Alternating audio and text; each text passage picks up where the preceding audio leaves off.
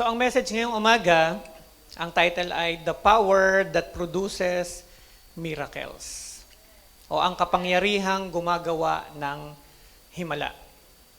Taas ang kamay ng gusto niyang malaman kung paano matatanggap ang kapangyarihang ito na gumagawa ng himala.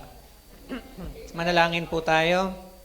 Aming Ama, maraming pong salamat. Ipinagkakatiwala po namin sa inyo ang gawain ngayong umaga. Pagpalain po ninyo at basbasan ng bawat isa na naririto at biyayaan mo kami na magkaroon ng katalinuhan para matanggap ang inyong mga salita. Marami pong salamat sa tagumpay ng gawain ito. At salamat sa banal na dugo ng Panginoong Hesus na nakabalot sa aming lahat. Be glorified, my Lord. Thank you so much. In Jesus' name. Everybody say amen. Praise God. The power that produces miracles. Ang key scripture po ay kukunin natin sa aklat ng Gawa. Acts chapter 4, verse 33. With great power, the apostles continued to testify. And God's grace was so powerfully at work in them all. Everybody say powerfully. Powerfully at work in them all. So yung nakalagay po, Tagalog dyan. Praise God. Everybody say, with great power. Ayan. So with great power, the apostles continued to testify. The apostles continued to testify with great power. Anong klaseng power yun? Yung bit-bit o daladala ng mga apostol. Ito yung power na nagpo-produce ng miracles. Everybody say miracles. Ito ho yung power na bit-bit ng mga alagad ng Panginoon na kapag dinala nila sa mga tao, nakakaranas ang tao ng kalayaan. Amen ba? Nakakaranas ang tao ng kaligtasan. Nakakaranas ang tao ng pagkakaroon ng kapangyarihan para makawala sa anumang pagkaalipin na meron sila. Ang taong wala kay Kristo ay alipin. Nakakalaya lang ang tao kapag ito ay lumapit kay Kristo. At yung kapangyarihan na yon ay bitbit ng mga apostol. At yun ay bitbit din ng mga followers ni Jesus ngayon. Taas ang kamay ng mga followers ni Jesus. Bitbit mo yung power na yan. Hindi yan bitbit ng lahat ng tao. Ang may bitbit lang yan ay ang mga totoong followers ng Panginoong Hesus. Sabi doon, with great power, the apostles continued to testify. Ang tunay na disciple o ang tunay na followers ng Panginoong Hesus ay hindi lang basta nag-share tungkol kay Jesus. Meron ho silang ipinapakitang evidence. Everybody say evidence. May proof. There is facts. Hindi basta lang sinasabi. Meron talaga silang daladal, may substance. Sabi natin substance. Yung sinasabi nila ay pinatutotohanan ng mga himala, tanda na ginagawa nila. Amen po ba? Kaya sabi doon, with great power, the apostles continued to testify.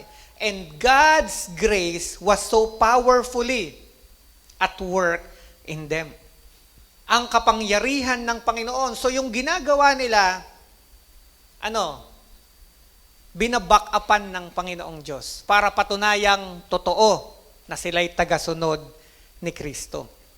So kung totoong ikaw ay disciple, kung totoong ikaw ay naglilingkod sa Panginoon, dapat may miracles. So yung sa tabi mo, may miracles. Amen? At yung miracles po ay normal sa mga followers ni Jesus. Amen? Sabi natin normal. Taas ang kamay na nakaranas na ng pagbabago ng kanyang buhay. Taas ang kamay na nakaranas na ng milagro, himala ng kagalingan. Amen. Yun po ay patunay na ikaw ay, sumusunod kay Kristo. Dapat merong change lives. Dapat merong kapangyarihan na nakikita ang mga tao sa paligid mo. Ang atin pong text verse, yung Acts chapter 4, verse 33, bago yan dumating, puntahan muna natin yung mga naunang mga chapter. at pag-usapan natin yung naganap sa chapter 3 bago tayo dumating. Sa chapter 3, ito ang nangyari. Magkasama si Peter at saka si John. At may nadaanan sila sa temple gate na isang taong lumpo. At dahil doon, itong pilay na ito o itong lumpo na ito ay pinagaling. Okay? Nitong si Peter at si John, pinag-pray nila ito. So ito ay isang malinaw na milagro. Hindi to theory. Nakita ito ng napakaraming tao. Ito'y aktual na nangyari. Ngayon, pagdating sa Acts chapter 4, verse 1 to 3, ito nangyari. Nabalitaan ang ginawang milagrong ito.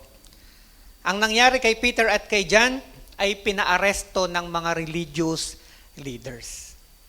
Bakit? Of course, isa sa dahilan ay dahil sa kanilang pagkainggit.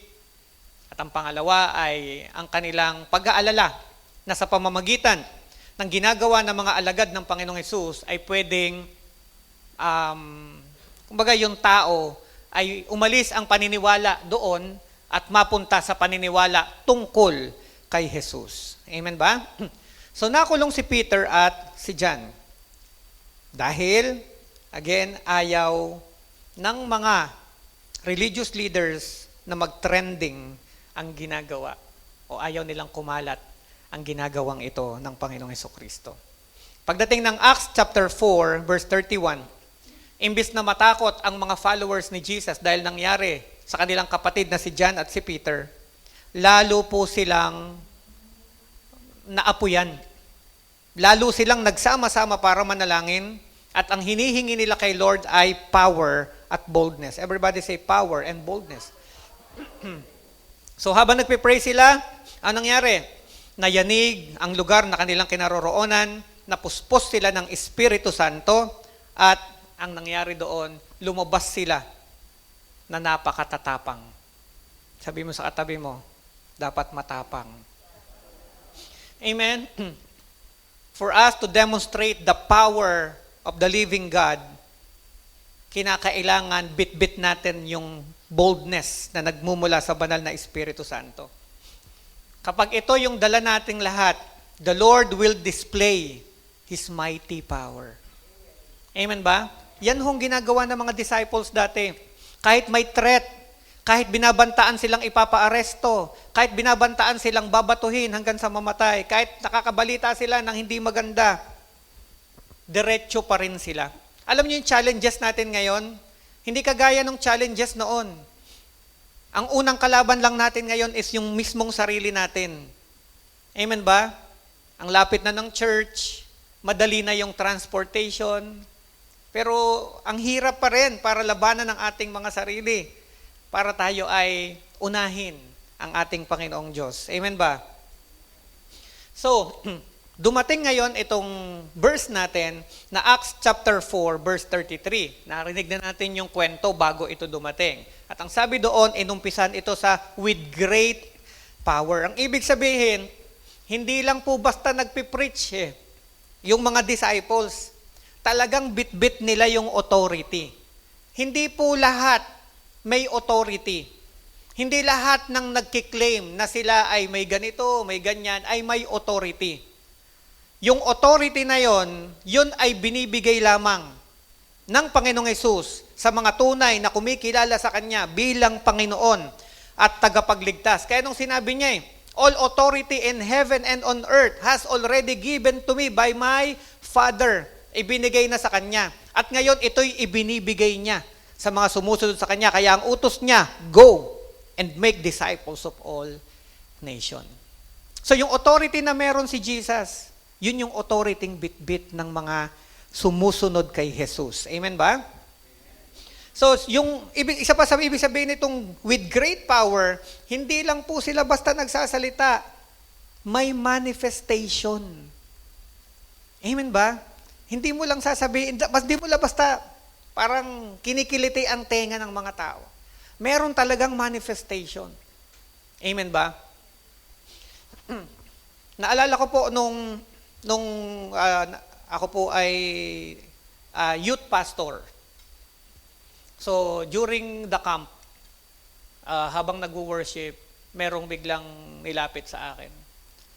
Kuya, pag-pray mo. Tapos pinag-pray natin yung bata. Namumuti yung mata niya eh. Tapos pinag-pray po natin. May, may karga, may kapre. So sa biyaya ng Panginoon, itong batang ito ay pinagaling ng Panginoong Diyos. At itong batang ito ay naging isang talagang matinding tagasunod ng Panginoong Jesus. Always available, very committed. One time, nagkaroon ng swimming sa kanilang school. Habang nagsiswimming sila, isa sa mga estudyante doon ang nalunod. So, more or less 10 minutes nang walang malay. Pero yung batang ito ay nag-step up, bit-bit ang kanyang pananampalataya at pinatungan ng kamay ang batang ito. Yung batang yun na kanyang pinatungan ng kamay ay gumaling. Amen. Sabi mo sa katabi mo, may milagro sa Panginoon. Everybody say, with great power. With manifestation. Yung kapangyarihan na yan, meron ka. Kailangan mo lang tumayo. Hindi lang po mga pastor ang may ganyang kapangyarihan. Hindi lang po mga apostol, kundi lahat ng mananampalataya ni Jesus. Iisang kapangyarihan ang kumikilos. Ang problema lang is faith. Kailangan mong tumayo. Amen. Kaya pag may naranasan, may kasama ka, may biglang nangyaring emergency, yun ang itinakda ng Diyos para i-apply mo ang kapangyarihan na tinanggap mo mula sa Panginoon. Kasi yung power na yun, hindi lang yun sa mga, sabi ko hindi lang sa mga pastors, yan ay para sa lahat. Amen po ba? Amen. Sabi mo sa tabi mo, may power ka. Amen. So hindi lang sila basta naniniwala. Amen? Amen. Nakita nila mismo yung himala na ginawa ni Jesus. At na-impart yun. At yun ay tumutuloy sa lahat ng mga sumusunod kay Kristo. Ito yung New Testament. Sa Old Testament, marami pong mga Bible characters na makikita ho natin na yung buhay po nila ay nagpapakita na kung papaano nila tinatayuan ang kapangyarihan at kung paano nila naranasan ang kapangyarihan ng Panginoon. Number 1 dyan, kilala natin si Elijah. Amen? Si Elijah mismo. Sabi po ng 1 Kings chapter 17 verse 14 to 16. Sapagkat ganito ang sabi ni Yahweh, Diyos ng Israel, hindi ninyo mauubos ang harina sa lalagyan at hindi rin matutuyo ang langis sa tapayan hanggang hindi sumasapit ang takdang araw nang papapatakin na ni Yahweh ang ulan. Nagkaroon ng matinding taggutom. Nagkaroon ng matinding tagtuyot. Grabe, namamatay ang lahat. Hayop, halaman, puno, nagugutom ang mga tao. At si Elijah po ay tumayo. Okay? At siya ay nanalangin sa Panginoon. He demonstrates God's power over nature and provision. Kung makikita ho natin, pag binasa natin ang Bible, sa pamagitan ng panalangin ni Elijah, ang ulan na hindi pumapatak ay pumatak nung siya'y dumalangin sa Panginoon. Ganon din po yung 1 Kings chapter 17 verse 22 to 23. Magkasunod yan parehong chapter, pero makabasa natin ang magkaibang milagro na ginawa ng Panginoon sa pamagitan ni Elijah. Ito ho yung panahon na yung mag-ina ay mamamatay na sa gutom. Okay? Nag-gather ng sticks, kumukuha, at meron na lang kakarampot na harina. At yun yung last na meal nila. Ang nangyari po, ang sabi doon ni Elijah pagdating niya, unahin niyo muna ako. Pakainin niyo muna ako. Okay? Dininig ni Yahweh ang dalangin ni Elias at muling nabuhay ang bata, inaka. Ba't ito'y tungkol sa batang nabuhay? Narito ang anak mo. Buhay na siya. Etong nalagay na ito ay doon sa kwento ng Shunammite women. Na the same din ng kwento, inuna ang man of God. Inuna ang propeta Pagdating ng propeta doon, anong ginawa? Pinakain ng propeta.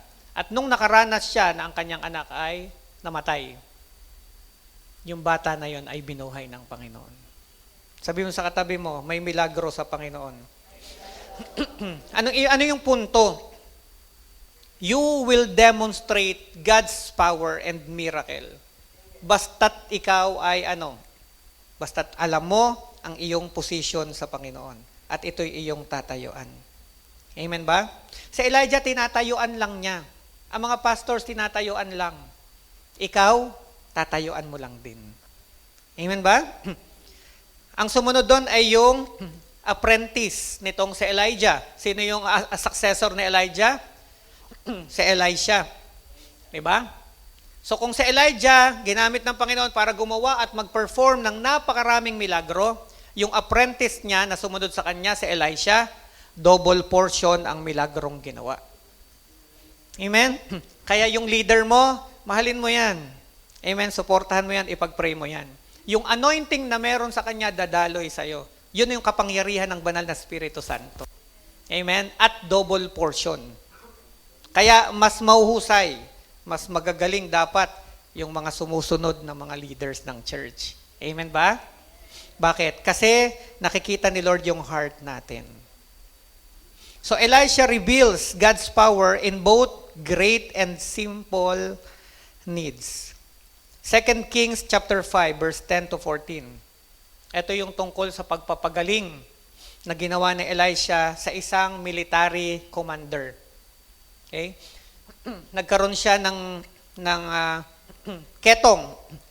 So, nung nagkaroon siya ng ketong, walang makapagpagaling sa kanya. Pero nabalitaan niya ang tungkol kay Elisha. Pagdating niya roon, syempre may pride. In-expect niya, sasalubungin siya ni Elisha. Kasi hindi siya basta lang tao. Diba? Kumbaga, living legend siya pagdating sa war. Talagang mahusay, kinatatakutan. Pero hindi man lang hinarap ni Elisha. Ang pinalabas ni Elisha, yung kanyang tagasunod. Puntahan mo siya. Yun. So medyo nagkaroon siya na, ba't hindi ako man lang ako hinarap dito? To make the long story short, ano nangyari? Yung pride niya, kinain niya. Kasi gusto niyang gumaling. Sabi ni Elisha, sabi sa kanya, pumunta ka sa ganun lugar, lumublob ka ng 7 beses. Sabi nung military commander, ba't ako lulublob doon? Ba't ako doon papupuntahin? Ang dumi-dumi. Wala bang ibang malinis? Pero wala, yun yung instruction. Sinunod niya at sa ikapitong pag-ahon niya, nakita niya na agad gumaling ang kanyang ketong. Amen ba? So, another example, si Elisha pa rin. Okay? Sino dito yung kapag naghagis ka ng palakol sa tubig, yung palakol lumulutang? Nakakita na ba kayo? Naghagis na ba kayo ng palakol sa tubig tapos lumutang yung palakol? Di ba bakal siya? Ano nangyayari? Lumulubog. Dito kay Elisha, pinakita niya yung kapangyarihan ng Panginoon na kumikilo sa kanya. Yung axe o yung palakol na lumubog doon, napalutang niya. Amen ba? Sabi mo sa katabi mo, faith lang. Kailangan mong sumampalataya. Hindi pwedeng lugmok ka sa kalagayan mo. Kailangan mong sumampalataya. At mamaya makikita natin na bukod sa pananampalataya, ano pa ang kailangan natin gawin. Number 4, example. Mismong si Peter. Number 3, muna. Okay? Mismong si Jesus Christ. Shows divine authority over life, nature, and death itself. Sabihin natin, life, nature, and death. Sobrang daming accounts actually. Pero ito lang yung ilan. Okay? Matthew chapter 9 verse 35. Yung kanyang pagpapagaling. Saan? Sa isang bulag. Sa Mark chapter 4 verse 39, dito niya pinakita na nagwawala ang dagat, sobrang tindi ng hangin, pero sa isang command lang niya, tumahimik ang nagngangalit na alon ng dagat. Amen ba? And John chapter 11 verse 43 to 44, dito naman pinakita na yung namatay na, ilang araw na, actually nailibing na, muling nabuhay ng Panginoong Hesukristo. Amen ba? Amen. So, imagine this authority. Kaya ng Panginoon. At sa panahon natin ngayon, nagsalita ang Panginoong Hesus, higit pa sa aking ginawa ang inyong magagawa, sapagkat ako'y pupunta na sa aking Ama. Amen? Hindi ibig sabihin mas magaling ka kay Jesus, kaya gagawa ka na mas maraming miracles. Ang ibig sabihin ng Panginoong Hesus, mas sharp at mas mabilis, mas matindi na kapag hiniling mo sa Ama dahil nandun mismo siya sa piling ng Ama. Amen po ba? Amen? Siya yung namamagitan sa iyo at sa akin. Sabi ko nga, ang kailangan mo lang is tumayo. Tayuan yung authority ito. Amen po ba? Again, sinong gustong tumanggap ng kapangyarihan na nagre-resulta ng maraming milagro? Praise God. Number 4, si Peter, he illustrates God's power working through ordinary people. Acts chapter 3 verse 6 to 8. Another miracle. Okay? Sinabi ni Pedro, wala akong pilak at ginto. Humihingi sa kanya ng pera eh. Sabi niya, wala akong pera. Pero, sabi niya, ngunit may iba akong ibibigay sa iyo. Sa pangalan ni Jesucristo na taga Nazaret, tumayo at lumakad. Amen? Minsan hindi alam ng mga tao kung ano hinihingi niya. Humihingi ka lang nung pangtawid ngayon. Pero hindi mo naiintindihan kung ano talagang mas kailangan mo. At yun ang binigay ni Peter. Amen? Hindi kita bibigyan ng barya. Ang ibibigay ko sa iyo ay ang dahilan kung bakit ka nang hihingi. Hindi ka makapagtrabaho eh. Amen? Anong ginawa niya? Pinagaling yung may sakit. Amen ba? Minsan akala natin, humihingi ka, eto lang ang kailangan mo. Pero ang totoo, may mas deeper kang problema. May mas malalim na dahilan, bakit ka ganyan? Ba't ka na dumating sa ganyang kalagayan ng buhay mo? Bakit ka dumating sa punto na naging miserable ang buhay mo? Bakit dumating ka sa punto na nahihirapan ka, naghihirap ka, hindi mo alam ang gagawin mo? Hindi yung alam mo lang ngayon at iniisip mo ang problema mo. May mas malalim na dahilan. Minsan inisip natin para lang maitawid ang pangailangang pisikal. Pero hindi mo ba alam na yung kaha na yan ay mamatay din? Yung nasa loob ang pinaka-importante. Ang iyong kaluluwa at espiritu. Amen po ba? Kasi pag may sakit yon, magmamanifest yan sa katawan at sa labas. Amen ba? Kaya ang mga anak ng Diyos na pinagaling ng Panginoon sa kanilang espiritual na problema, nakikita mo sa kanilang katawan at nakikita mo sa kanilang pamumuhay. Aayusin ng Diyos ang iyong pamumuhay. Aayusin ng Diyos ang iyong pamilya. Aayusin ng Diyos ang iyong katawan. Amen? Kasi lalabas yan. Mula sa loob ay lalabas kung ano talaga ang nagaganap at ano ang totoong kalagayan nito. Kaya yung nangyayari sa labas mo, resulta lang yan ng gulong nagaganap sa loob mo. Anong kailangan gawin? Magpakumbaba, ipaayos mo sa Panginoon ang problema mo sa loob. Amen po ba? Yun ang pinakamahalaga. Ano pa? Acts chapter 5, verse 15. Another miracle. Ang tindi nito, ang mga may sakit ay dinala kay Pedro. At si Pedro ay lumakad lamang. Yung kanyang anino na dumaan, kung saan nandun nakahiga ang mga may sakit, naggalingan.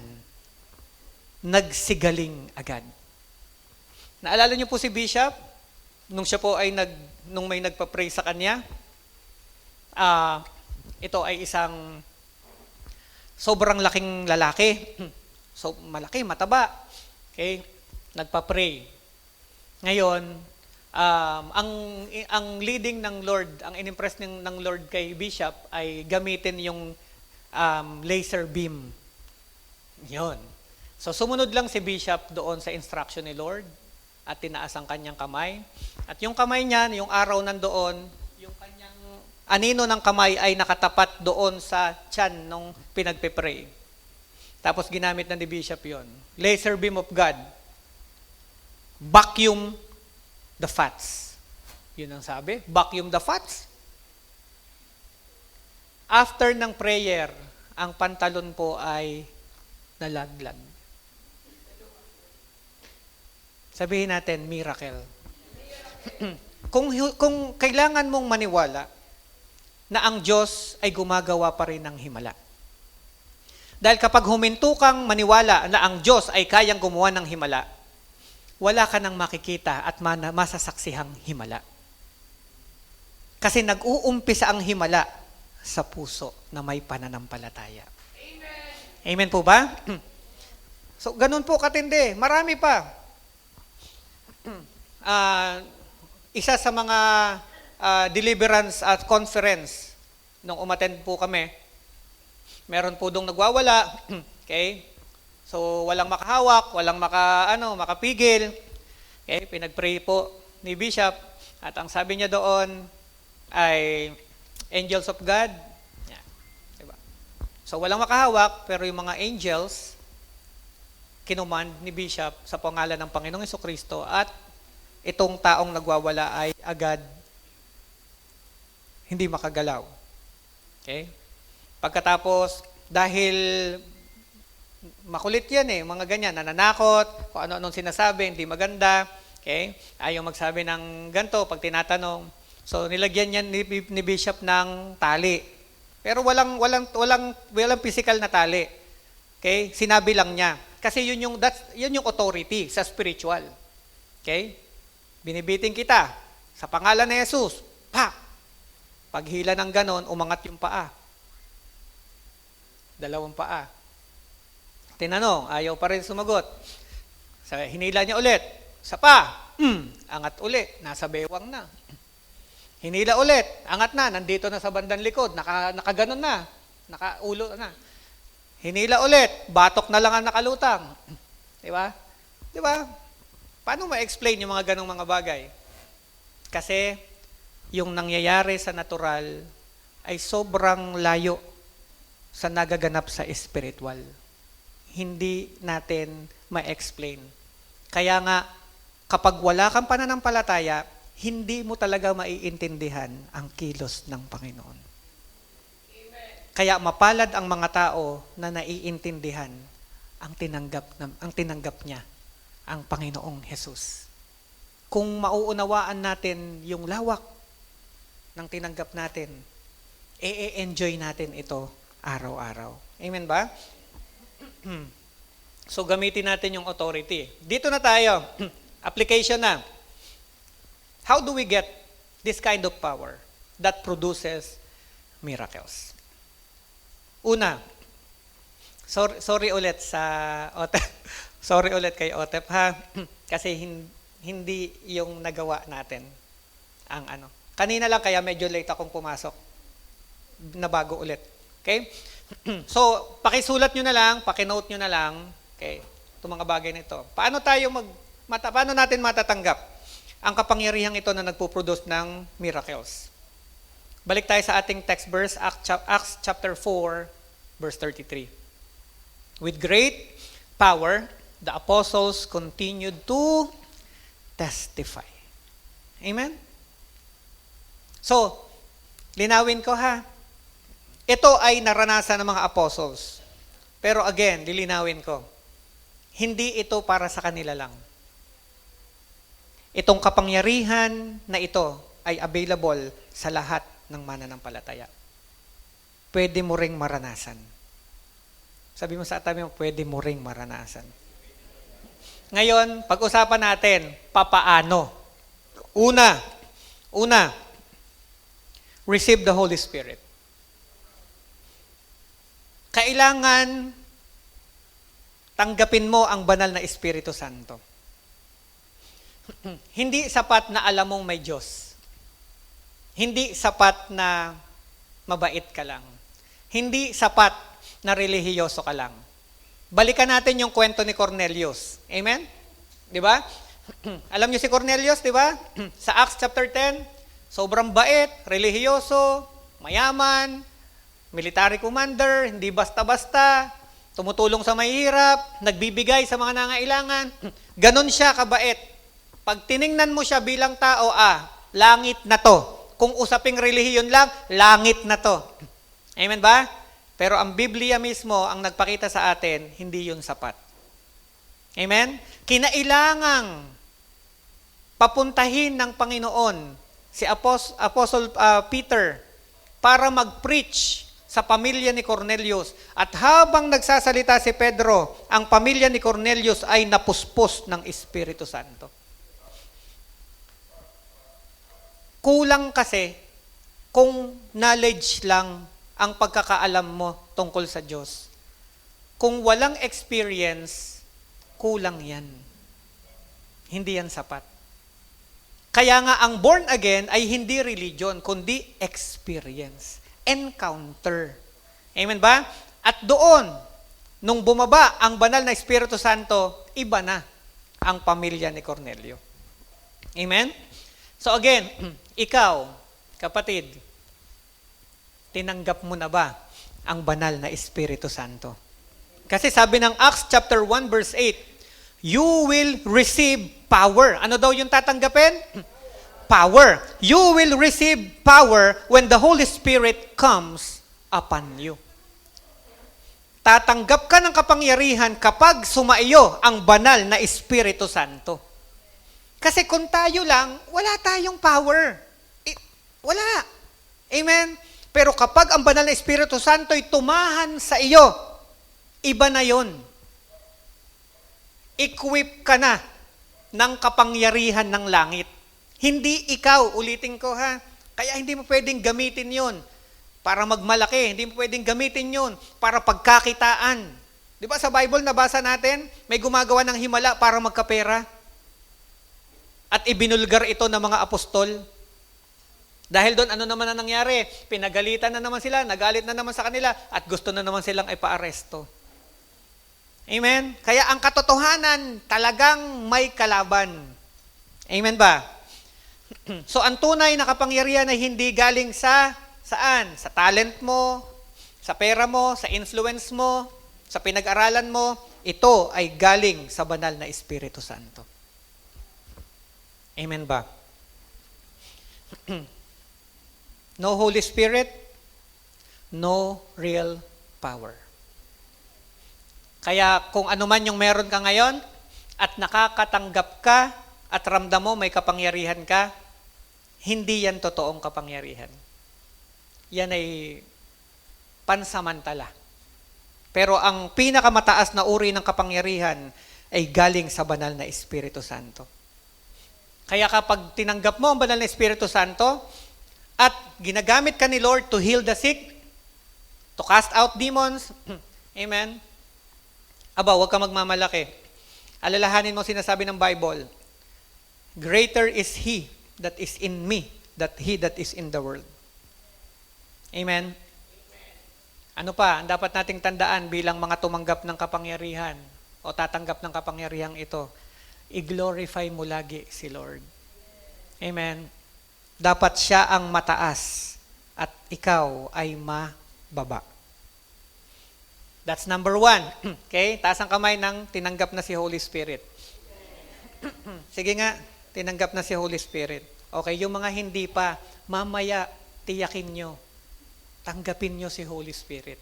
Di ba tinanggap natin si Jesus as Lord and Savior? Praise God. Kailangan mong maranasan ang banal na Espiritu Santo. Kaya ang bautismo ay dalawa. Mayroong bautismo sa tubig at may bautismo sa Espiritu Santo. Ang unang bautismo, tubig. Ang pangalawang bautismo na dapat maranasan mo, fire. Apoy. Yung fire na yon, that is power. Amen? So, kung tinanggap mo na si Holy Spirit, praise God. Congratulations. Number 2, na dapat mong alalahanin, live a life of prayer. Kung gusto mo na ang kapangyarihan ng Panginoon ay aktibong nakikita sa iyong buhay, dapat ikaw ay committed sa pananalangin. Dapat laging nagpe-pray. Dapat tuloy-tuloy ang pagpe-pray. At dapat hindi humihintong mag-pray. Amen? Acts 4:31. After they prayed. Kailan daw? After. Okay? Pagkatapos nilang manalangin, they were filled with the Holy Spirit. Kailan sila pinuspos ng Espiritu Santo? Pagkatapos manalangin. Ganito. Sabi mo kanina, tinanggap mo na si Jesus. Tinanggap mo na ang banal na Espiritu Santo. Ito yon. Nandyan na siya. Parang poso. May tubig. Pero kailangang umakyat yung tubig para lumabas ang tubig sa poso. Amen po ba? Nasa iyo ng banal na Espiritu Santo, nakatira sa iyo. Pero dapat umangat. Ano ibig sabihin? Dapat kang mapuspos. Dapat kang umapaw sa Espiritu Santo. Kapag naranasan mo ang pag-apaw sa Espiritu Santo, ang paglilingkod mo sa Panginoon ay magkakaroon ng malaking pag-iiba. Magagawa mo ang mga bagay na dati hindi mo magawa. Makakapag-commit ka sa mga bagay na dati hindi ka makapag-commit. Makakasunod ka sa mga bagay na hindi mo dati masunod. Bakit? Yon ang resulta kapag nakaranas ka ng infilling of the Holy Spirit. Kaya nga kapag umaattend ka ng camp, doon ka nakaka-experience ng ng pagkapuspos sa Espiritu Santo. Amen ba? Pag uwi mo, ramdam mo, iba na ang paglilingkod mo. Mas tumaas yung level. Amen po ba? Kaya kung gusto nating magamit ng Panginoon mightily, dapat hindi lang ang tubig ay nananatiling nakababa. Dapat itong umapaw. At lumabas. Iba na. Hanggang sa iba na ang pagkilos mo. Iba na ang paglilingkod mo. Hindi ordinaryo. Hindi basta-basta. At si Lord ay naghihintay ng mga taong, di ba, aapaw para magamit niya. Kasi tayo ay vessel. Everybody say vessel. Amen. Mamaya, dadagdagan ko yon. Another verse, James chapter 5 verse 16. The prayer of a righteous person is powerful and effective. Ang panalangin daw ng taong matuwid ay effective. Kaya napansin nyo, yung mga kapitbahay nyo, ayaw sumama sa inyo sa church. Pero pag may sakit, may problema, sa inyo nagpapapray. Amen ba? Pa-pray naman ako, friend. Ganyan. Kasi ramdam ko mas malapit ka kay Lord. Di ba? Kasi alam naman nila yon. Alam talaga nila. Ang problema nga lang, hindi nga lang makapag-commit. Kasi biblical Di ba? The prayer of a righteous person is powerful and effective. Kaya dapat lagi kang nagpe-pray. Because it activates the power of God. Amen? Kaya alam mo ikaw yung vessel Nandyan yun Hindi lahat. Di ba narinig nyo na, hindi lahat ng nananalangin nakakaabot sa trono. Yung iba hanggang kisame lang. Hinaharang, butiki pa lang, humaharang na Hanggang kisame lang yan, di ba? Bakit?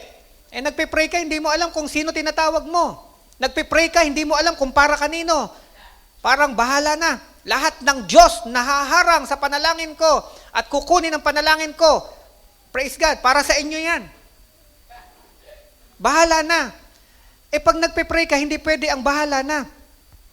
Gusto ni Lord specific. Gusto ni Lord sigurado ka. Amen ba? Kailangan kilala mo si Lord. Kailangan alam mo sino tinatawag mo. Kahit nakapikit ka, alam na alam mo kung para saan patungkol ang prayer mo. Amen? Dapat ganun. Ang parcel, sigurado yan. Bago pumunta sa isang address, tiyak siya kung kanino yon, anong address, para saan. Dapat ang prayer mo maliwanag, kanino naka-address. Kasi pag hindi yan naka-address talaga sa Panginoong Diyos, haharang lahat ng nasa isip mo. Kung sinong mauna, basta sagutin nyo ang panalangin ko. Amen? Sadly, ito talaga yung totoo. Ganyan talaga ang klase ng panalangin na natutunan natin dati. Bahala na. Amen? Kaya nga, kung gusto natin ng kapangyarihan ng Panginoon, live a life of prayer. Sabi mo sa tabi mo, laging mag-pray. Kaya nga, ang bilin sa atin ay pray without dapat laging nagpe-pray. Ina-activate ng prayer ang kapangyarihan. Amen? Ang cellphone mo, kapag gamit ka lang ng gamit, hindi ka nagcha-charge, hihinto yan. Kahit na sinasabi mong tinanggap mo na si Jesus, tinanggap mo ang banal na Espiritu Santo, and hindi ka na nagpe-pray, pwede kang magamit, pero humanda ka. Hihinto ka. Mapapagod ka. Aayaw ka. Konting gawa, nabe-burn out ka. Konting pagkukumit, nahihirapan ka ng gusto. Bakit? Kasi ang ginagamit mong lakas ay sarili. Iba ang lakas na galing sa Panginoon. Ginagawa mo ang kalooban ng Diyos nang walang kapaguran, kundi ang nararamdaman mo ay umaapaw na kagalakan. Kapag ikaw ay kumikilos ayon sa banal na Espiritu Santo, kaya ang taong nananalangin, mas mahaba ang pisi sa paglilingkod. Tapikin mo yung katabi mo, baka pabawas na ang kanyang pisi. Sabihin mo, dugtungan mo ulit, mag-pray ka. Amen? So tandaan po natin, ito, importante itong mga sineshare ko sa inyo. Pangatlo, walk in holiness. Bilang vessel ng Panginoon, kailangan ang vessel ay malinis. Ang Diyos ay hindi gagamit ng vessel na marumi. Amen? Kaya nga, nung sinabi na sa Revelation chapter 3 verse 20, nakatayo ako sa pintuan at kumakatok.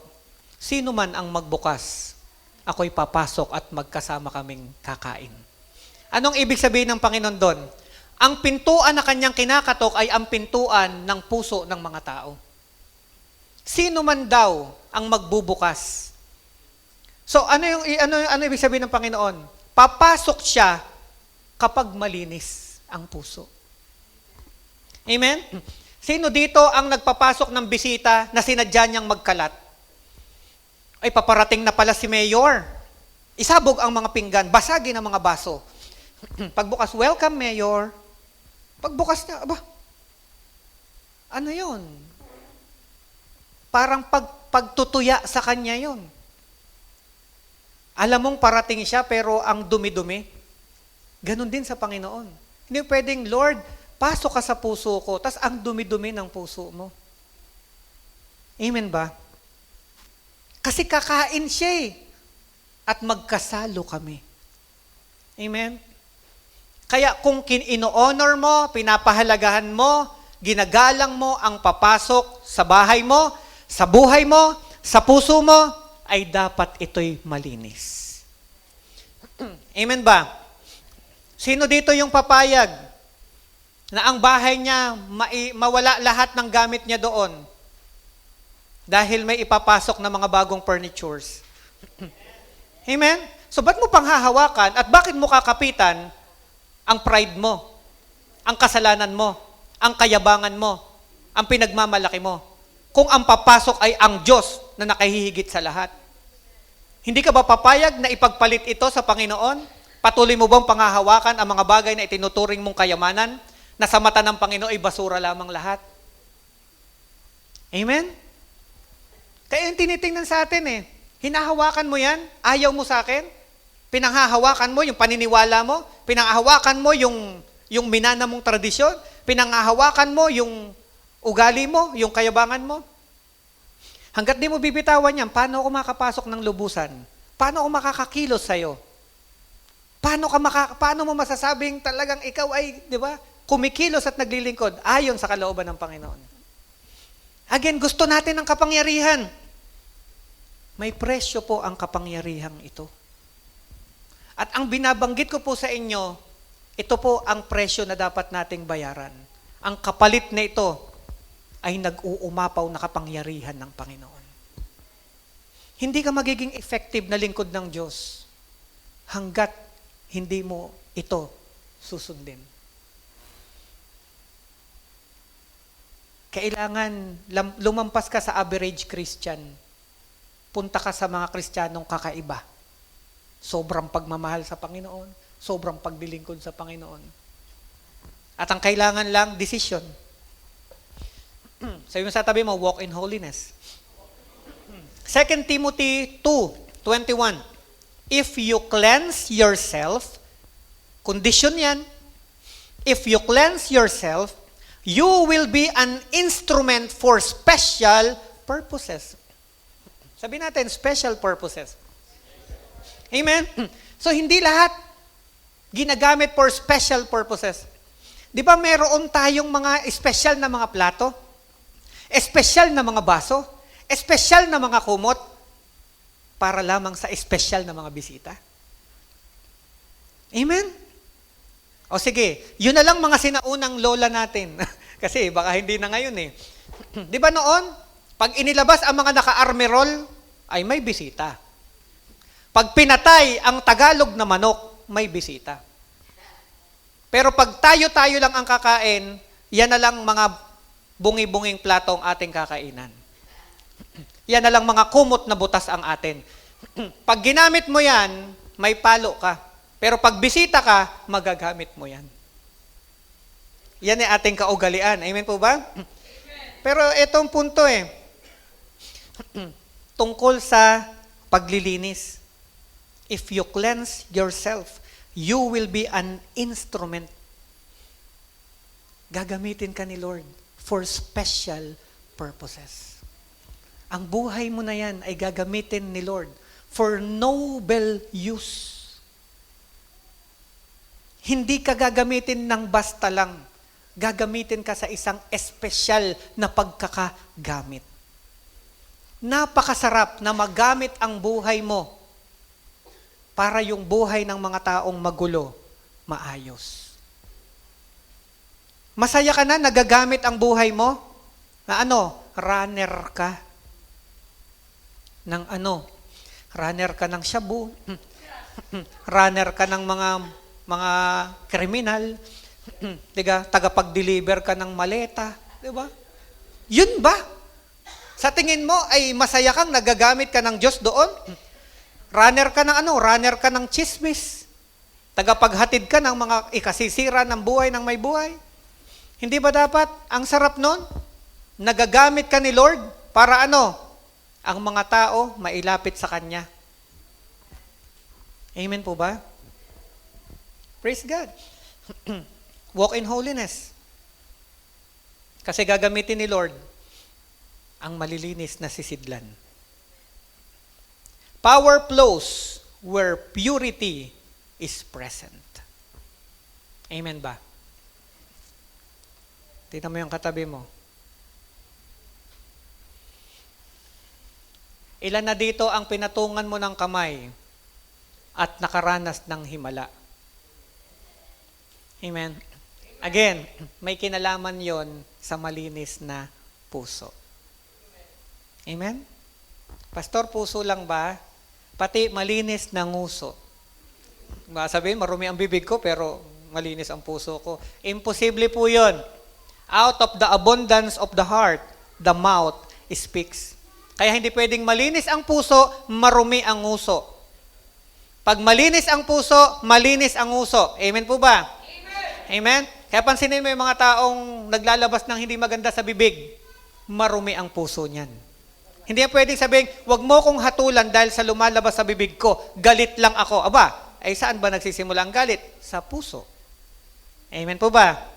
Kaya para makilala mo kung maayos ang tao, tingnan mo ang bibig. Wala na tong sinabi kundi puro mura. Wala na tong sinabi kundi puro reklamo. Wala tong sinabi kundi negatibo. Aba, marumi ang puso. Paano malilinis ang puso? Ipalinis sa Panginoon. Amen po ba?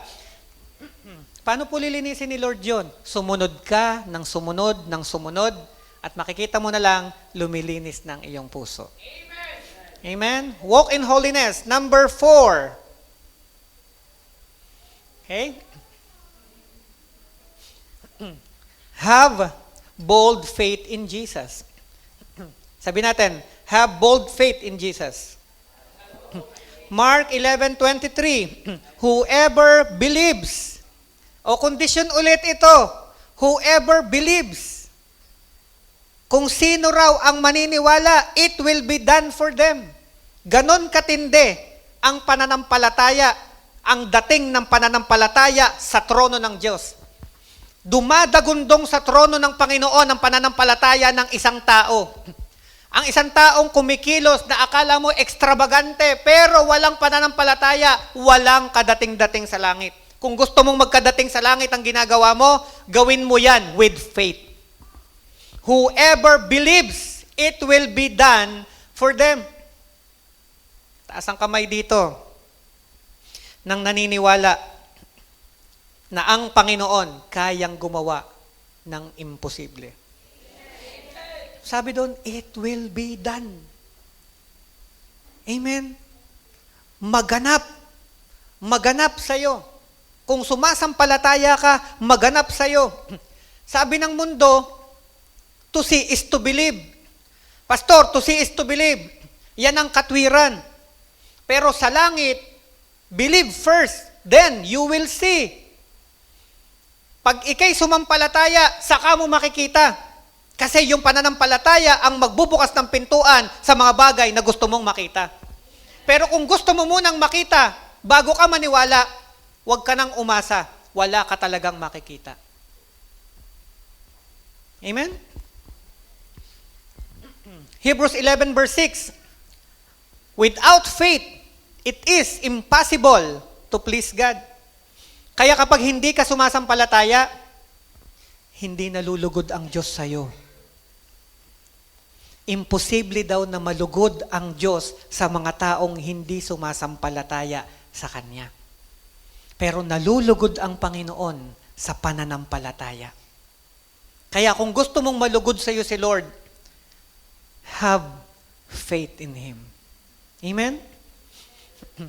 Again, pag walang faith, walang manifestation. Sabi ni Pastor, pag nagpatong ng kamay, pagagalingin ni Lord. Nagpe-pray, Lord, pagalingin niyo po siya. Biglang sabi ng pinagpe-pray niya, ala, diba? Naalala ko yung isa eh. Meron tayong leader dati kasama. May dinala, naliligo yata ako noon, may dinala na ipagpe-pray. Nagwawala. Ang ginawa niya, umupo na siya, pinag-pray niya. Patong siya ng kamay. In Jesus' name, pinapadali kong dugo ng Panginoong Yesus. Ay, nagwala. Tapos, puting-puti yung mata. Tapos, tinitigan siya. Umikot yung ulo niya. Naghahanap ng, ng sasalo. Sabi ko sa kanya, simula ka kasi ng simula, hindi mo naman pala kayang tapusin. Sabi ko, binibiro ko lang kasi, Pastor, ikaw na. Ayan. Sa madalit salita po, pinagaling ng Panginoon. Ano pong punto natin? May power yon. It so happen, itetest ka kasi ng kalaban. Pakikita niya na mas malakas siya sa'yo. Pero kung sinasabi mo lagi sa sarili mo na ang Diyos na sumasayo higit na makapangyarihan kaysa sino mang Diyos na nasa sanlibutan, ay sapat na yon. Lahat ng power sa mundo, under mo. Bakit? Sumasa iyo ang kapangyarihan ng hari ng mga hari at ng Diyos ng lahat ng Diyos. Sinong lalaban? Amen po ba?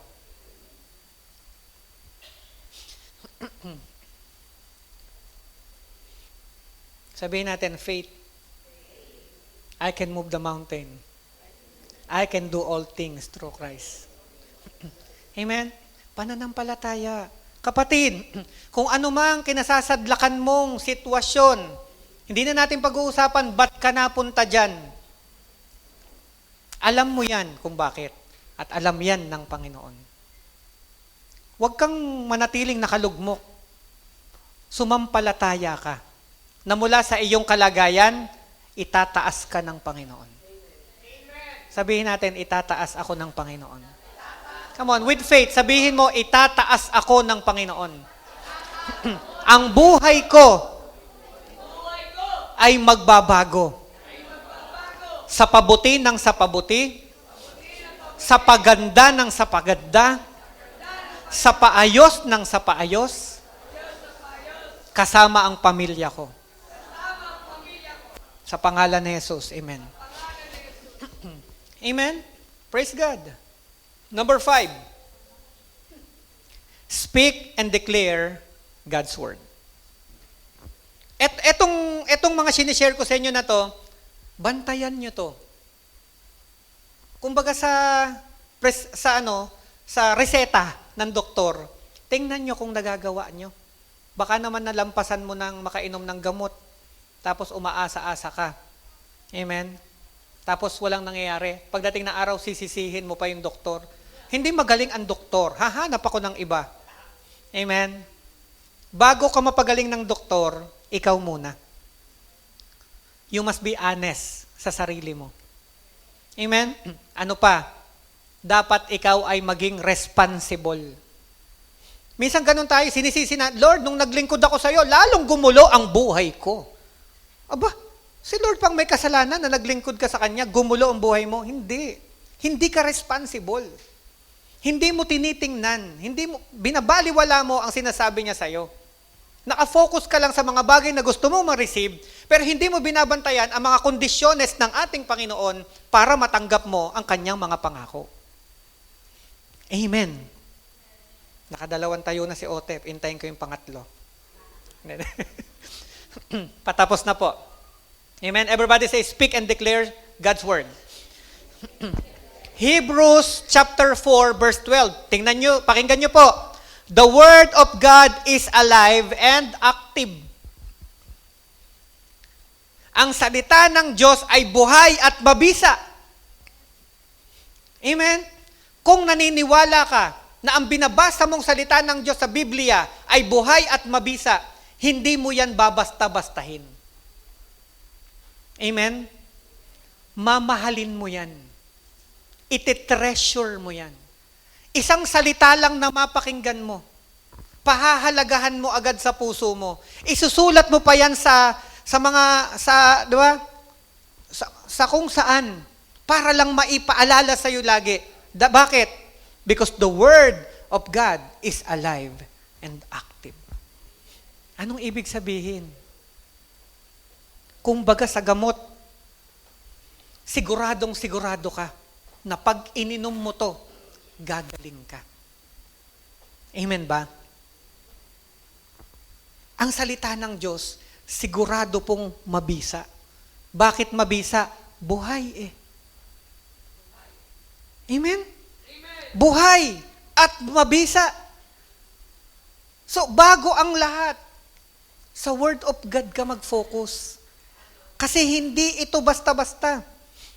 At para ma-receive mo to, at ma-receive ito ng maraming tao, kaya napansin nyo, every Saturday, umiikot po tayo, naglalakad po tayo, nagbabahay-bahay tayo. Bakit?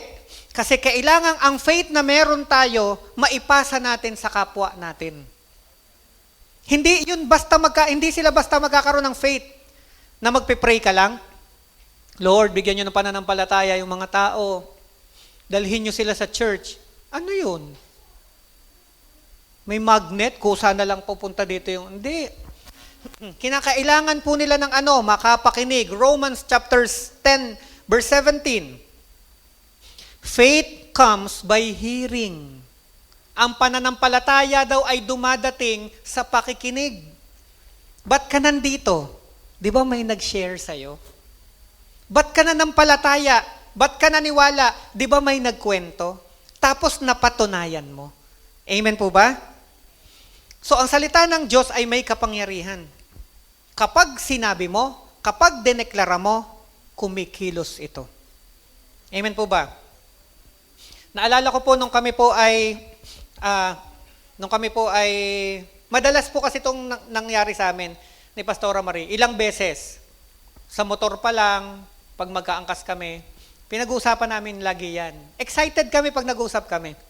Tapos, nung nagda-drive na ako ng second-hand na sasakyan, diba, tuwing may sasakay dun sa amin, sinasabi namin, diba, may kausap kami sa likod. Sasabihin lagi nan, sa susunod, brand nyo na. Sa susunod, bago na yung sasakyan namin. Sa susunod, mahilig kami sa ganon. Laging sinasabi, laging pinag-uusapan. Tapos sasabihin ni Pastor, oh nga, no, pinapa-drive muna sa atin, pinapa-experience sa atin ni Lord itong mga bagay. Na-enjoy namin. At sinasabi namin, hindi kami nakatingin na doon. Kumbaga, ay ine-enjoy namin to at excited kami sa paparating. Hindi namin namalayan, nagaganap na. Nangyayari na. Why? Kasi ang Word of God ay powerful, alive, and active. Amen ba? Amen. Kaya kung may nararamdaman, sabi lang ng sabi every morning, tuwing iinom ng gamot, laging sasabayan at sasabihan ng Lord, salamat po, pinagaling mo ako. Amen? That is the statement of faith. Lord, salamat po, pinagaling mo na ako. May problema kayo mag-asawa, Lord, salamat po sa maayos at magandang relasyon. Merong problema sa pamilya, sinasabi, Lord, salamat po, ang anak ko magaling na. Dapat ganon, kasi nagsisimula yan na ma-establish sa loob and magmamanifest yan sa labas. Everybody say, powerful. Amen. Kaya kung magde-declare ka, declare positive things. Declare good things. Yung iba, para hindi lang makapanlibre, laging sasabihin, wala nga akong pera eh. Kaya ka nawawalan ng pera eh. Kasi sinasabi mo, wala kang pera. Amen ba? Dapat ang declaration, marami akong pera. Naka-time deposit. Amen ba? Nagkakaintindihan na yun. Amen. Amen. Mag-amen yun. Pag Kristiyano din yun. Hindi yung lagi mo sasabihin, wala akong pera eh. Kasi sweldo mo lang, wala kang pera. Amen? Yun. Sabi mo sa katabi mo, huwag kang magsasabi ng negative. Amen? Dapat positibo. Dapat lagi kang excited sa bagong mangyayari at magandang gagawin ng Diyos. Kung nananalig ka talaga, Diyos nga eh. Di ba, from nothing, nandito tayong lahat. Wala namang pinagsimulan itong creation. Wala. Wala lahat. Bakit nandito na lahat? Bakit nagka-gadget na? Bakit dumami ng lumawak ng lumawak? Di ba? Sinabi ng Panginoon, magkaroon ng langit at ng lupa. Mahiwalay ang kalupaan sa dagat. Magkaroon ng mga puno. Ultimong ang Panginoon, ginamit ang prinsipyong ito. Nagsalita at lumabas. Kaya kung ang asawa mo ay hindi mo gusto, resulta yan ng sinasabi mo noon. Pwede ang sabi mo, Lord, okay na sa akin, basta ganito, kahit bungi, basta ganito. Oh, huwag kang magtaka, sinabi mo yan noon. Hindi ko po, nakalimutan mo na.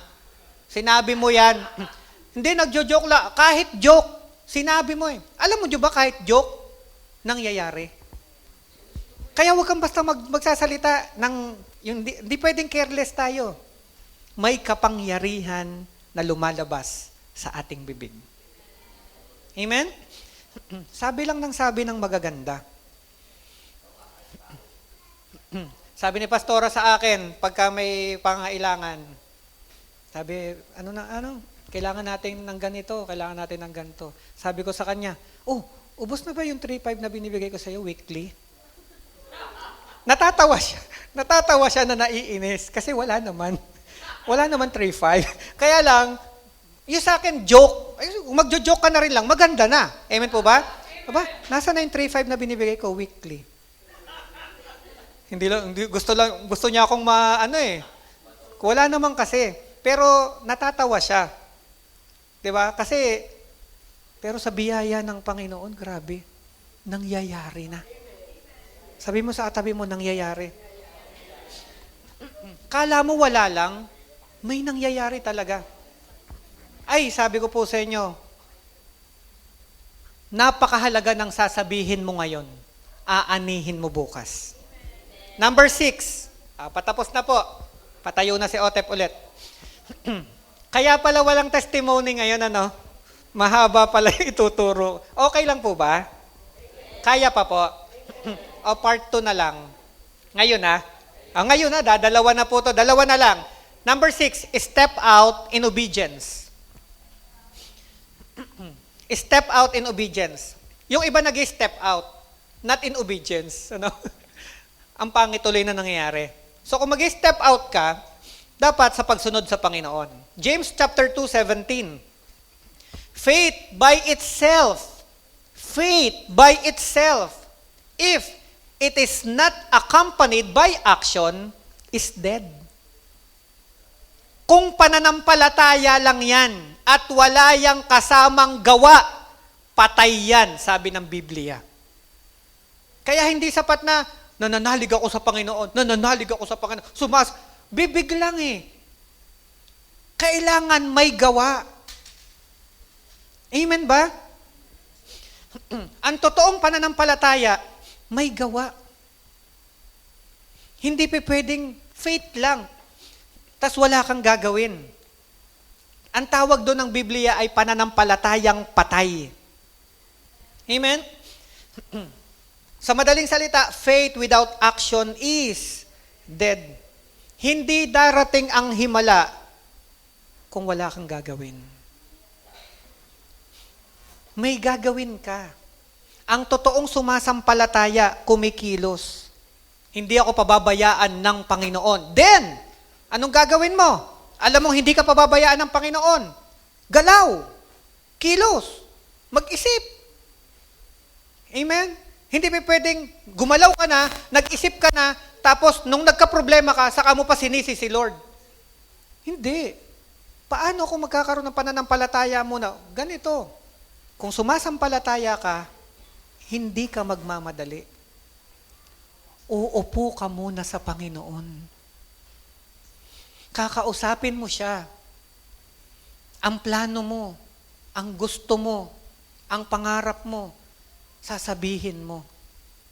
At hihintayin mo ang Panginoon.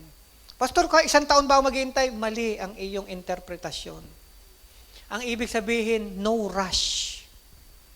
Kasi lahat ng rush, yan ang dahilan ng maraming problema ng tao. Amen?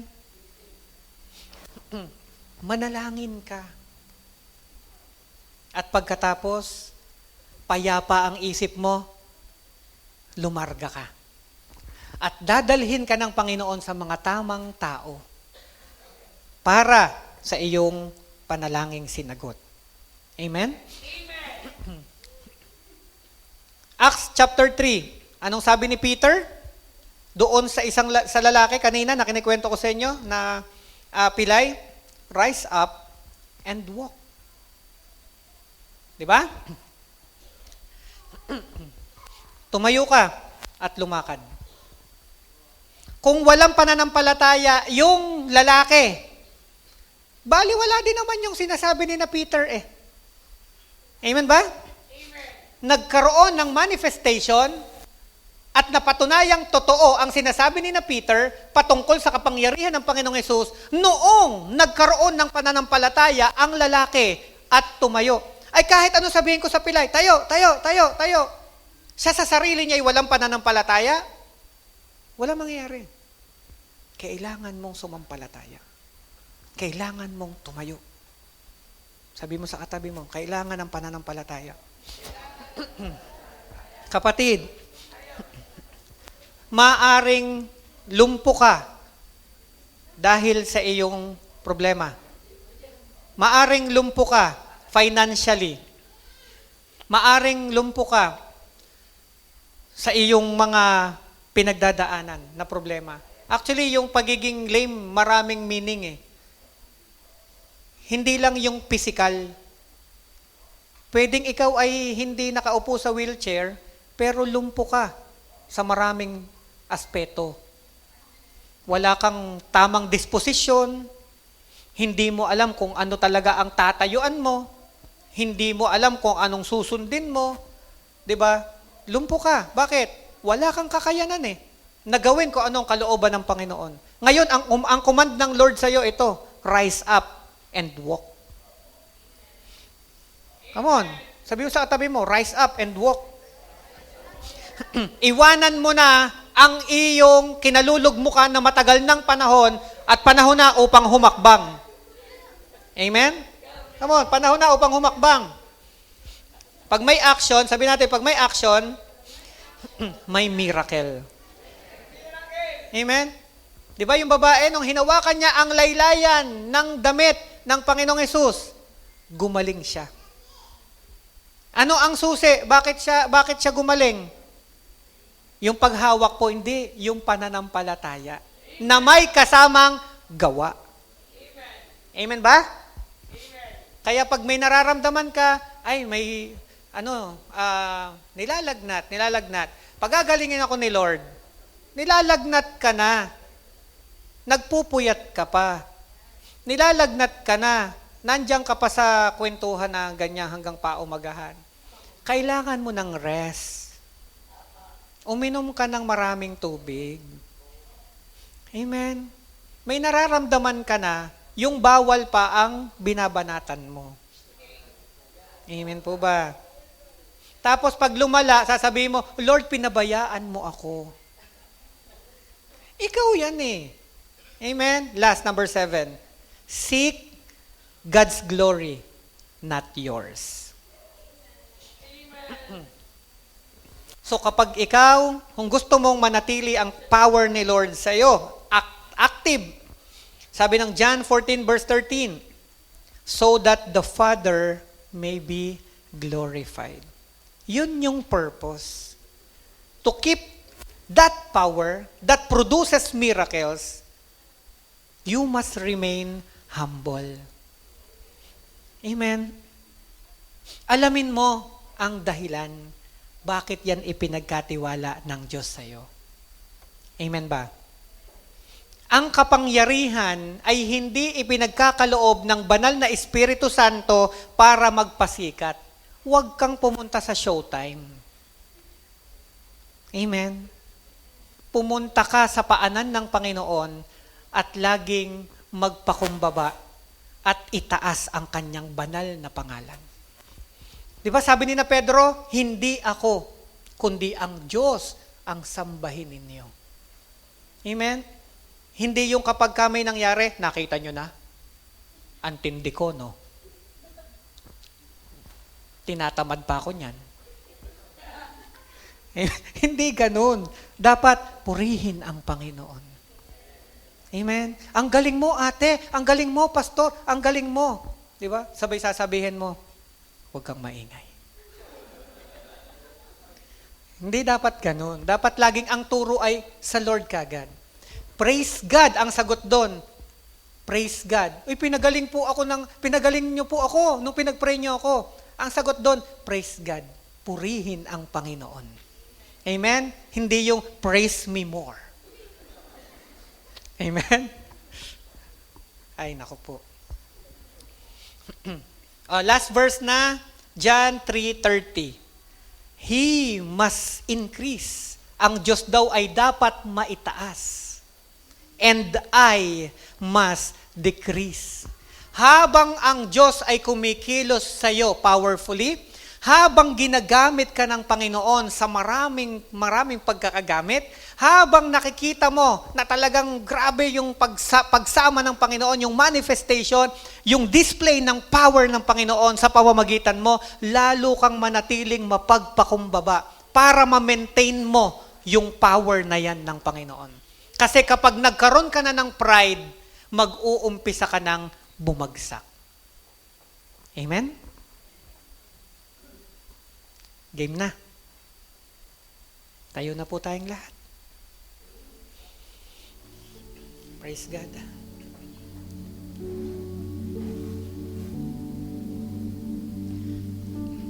That is the message this morning.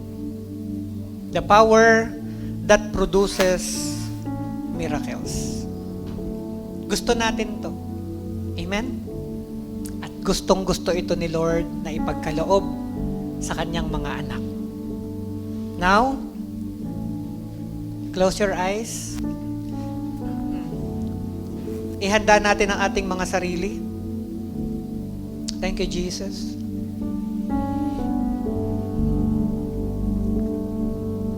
Baka may gusto kang sabihin kay Lord. Say sorry. Kung gusto mong mag-sorry kay Lord. O may bagay kang gustong hilingin kay Lord.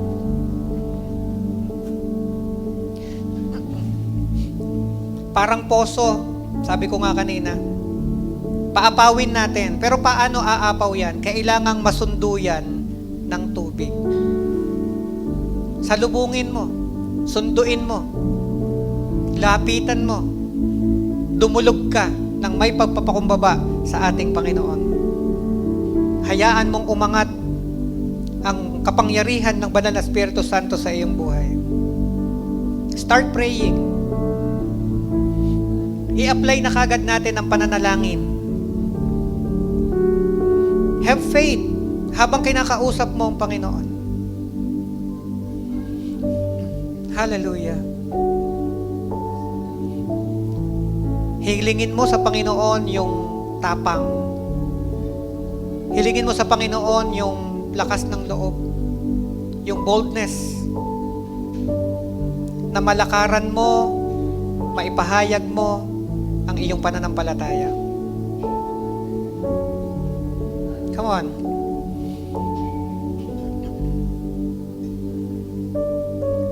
At mag-umpisa ka ngayong magdeklara. Mag-umpisa ka ngayong magsalita. Kung ano ang pinananampalatayanan mong naganap ngayon sa loob mo. Kung nakita mong yung power ngayon ay na-activate, praise God. Magsimula ka ngayong magsalita. Simula ngayon, sa pangalan ng Panginoong Hesus, ako. Sabihin mo kung ano yung gusto mong sabihin kay Lord.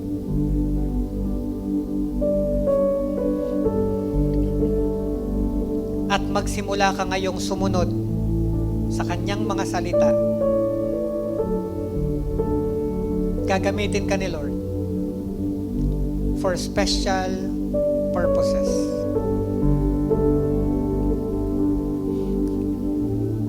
And again, ang pinakasusi ng lahat ay ang iyong pagpapakumbaba.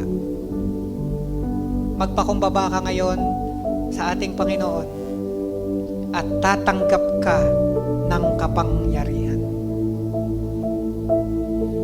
Kung ikaw ay first time, marahil hindi lahat naiintindihan mo. Pero kapatid, dinala ka ng Panginoon dito, may dahilan ang Panginoon. May purpose si Lord kung ba't ka nandito. Magsimula ka ngayong hanapin siya. Sa pamamagitan ng iyong puso, hanapin mo ang ating Panginoon. Magpakumbaba ka sa Panginoon at Kanya kang itataas ngayon. Raise up your hands. Come on. Lift up your hands. Ang iyong pagtataas ng iyong kamay ngayon ay tanda ng iyong pagsuko sa Panginoong Diyos. Ask the Lord. Hinihintay ka niya. Ano ang gusto mong matanggap?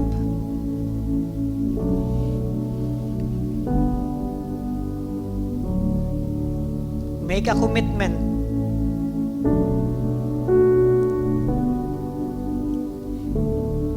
Ngayon, ipapanalangin kita. Aking Ama, Diyos na makapangyarihan sa lahat, Diyos na siyang may-ari ng lahat, at Diyos na sumasaibabaw sa lahat, Diyos na walang pasimula at Diyos na walang wakas, the Alpha and the Omega, Diyos na siyang pinakamakapangyarihan, Diyos na mga imposibleng bagay, Diyos na namatay, muling nabuhay, at nangakong muling babalik. At habang kami nag-iintay, Panginoon, salamat po sa pribilehiyo na maipagpatuloy at magawa ang sinimulan po ninyo sa lupa. Ama, tinataas ko sa inyo ang babae at lalaking naririto. Una, hinihingi po namin ang kapatawaran sa lahat ng aming mga pagkukulang. Isinusuko namin sa iyo ang aming mga buhay. Patawarin mo kami sa pagmamalabis, patawarin mo kami sa pagmamalaki, Patawarin mo kami sa mga bagay, kilos, salita at gawa na lampas sa iyong kalooban. Linisin mo kami ngayon ng banal na dugo ng inyong bugtong na anak na si Jesus. At ngayon, mula sa trono ng inyong biyaya, pumapatak ngayon dahan-dahan ang apoy ng Espiritu Santo, ang kapangyarihan ng Panginoon. Tanggapin mo, kapatid, ang kapangyarihan ng ating dakilang Diyos. Come on. Yan ay pumapasok sa malinis na puso ngayon. Tanggapin mo ng buong buo. Yakapin mo, pahalagahan mo, at magsimula ka ngayong magpasalamat sa Panginoon. Salamat sa pagkakatiwala mo sa amin, Panginoon. Salamat sa biyayang ito, Panginoon. Ang kapangyarihang ito ay aking iingatan, aking hahawakan. Ngayon, sa pangalan ng Panginoong Yesus, kung sino man sa inyong may nararamdaman, hawakan mong bahagi ng iyong katawan na mayroon kang nararamdaman. Ngayon, sa pangalan ng Panginoong Hesukristo, binubunot ko ang lahat ng sakit at karamdaman ng mga anak ng Diyos na naririto. Kasabay ng pagbunot ay ang pagpasok ng kapangyarihan ng Panginoon, ang kagalingan ng Panginoong Diyos. Tanggapin mo, kapatid, ang himalang ito ng kagalingan. At huwag kang matakot o mahiya na ihayag ang kanyang kapangyarihan at ang kanyang mabuting ginawa sa buhay mo. Ngayong oras na ito, kung alam mong ikaw yon, ikaw ang tumanggap ng espesyal na kagalingan mula sa Panginoon, sabihin mo sa Panginoon, marami pong salamat. Magaling na ako. Sineselyuhan ko yan ng banal na dugo ng Panginoong Yesus. Ikaw ngayon ay magaling na magaling na. Financially, kung meron man dito ang nakakaranas ng kakulangan, tatanggapin pa lang yung sweldo, alam niya kulang na. Hawakan mong iyong bulsa. Hawakan mong iyong bulsa at sabihin mo, Panginoon, mula ngayon, susundin ko ang prinsipyo mo at nananalig ako na sa oras na ito may bumubukal na pagpapala sa aking bulsa sa pangalan ng Panginoong Yesus. At kung ikaw'y nagdi-desire na ang family mo at ang mga tao na matagal mo nang pinagpe-pray ay maisama mo sa church, ideklara mo ngayon, Panginoong Diyos, naniniwala ako na sa aking mga susunod na pag-church, kasama ko na. Banggitin mo yung pangalan nila. At manalig kang hindi lang basta sila attendee, sila ay magiging leader of leaders. Some of them will become pastors, reverends. Hallelujah.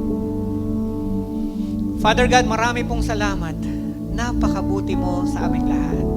Ibinabalik namin sa iyo, sa pangalan ng Panginoong Yesus, ang lahat ng kapurihan, ang lahat ng kaluwalhatian at karangalan.